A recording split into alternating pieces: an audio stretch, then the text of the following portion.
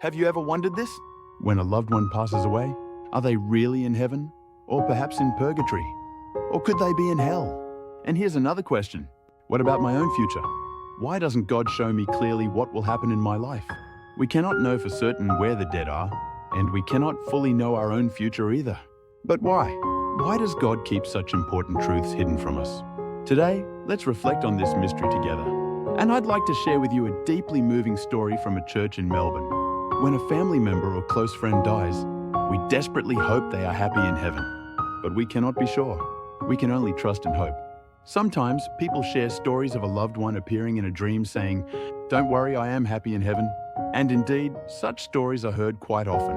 One day, a priest in Melbourne shared a story from his childhood.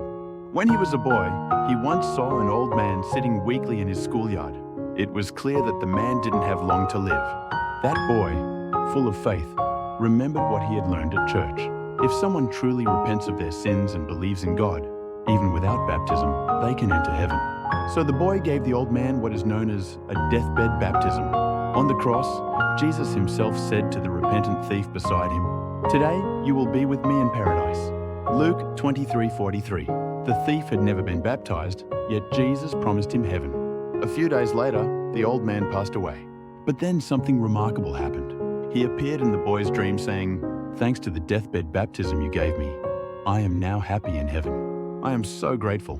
When the priest told this story, tears welled up in his eyes. That childhood experience had left such a deep mark on him, and it became the reason he decided to dedicate his life to becoming a priest.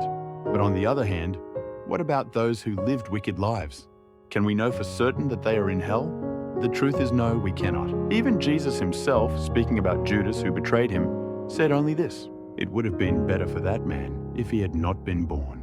Matthew 26:24. Yet Jesus never declared Judas eternal fate.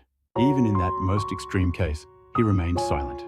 Perhaps this is a sign that God intentionally hides the secrets of life after death. Modern science offers a parallel.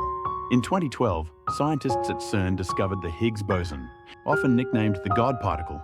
It explains why fundamental particles like electrons or quarks have mass, but it did not provide proof that God created the universe. The discovery was extraordinary, but it was not the final answer to the mystery of creation.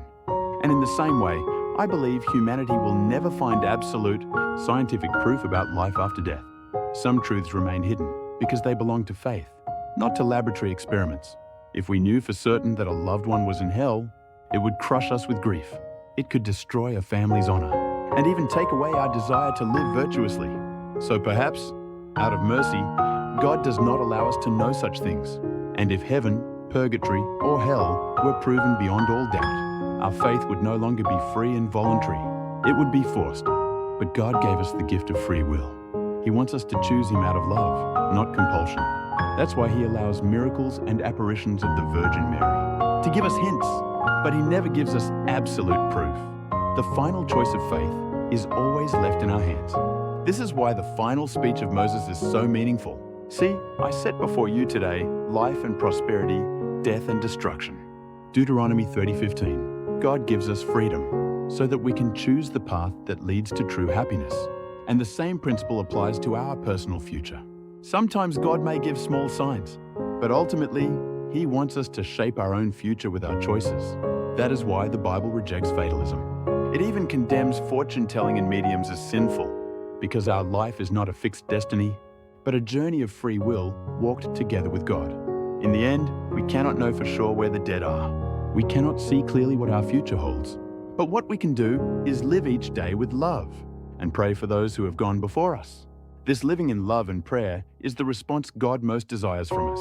What do you think? Why do you believe God hides these mysteries from us? Share your thoughts in the comments below. Closing. If this message touched your heart, please like and subscribe. Together, let's keep reflecting on the mysteries of faith and life. Thank you.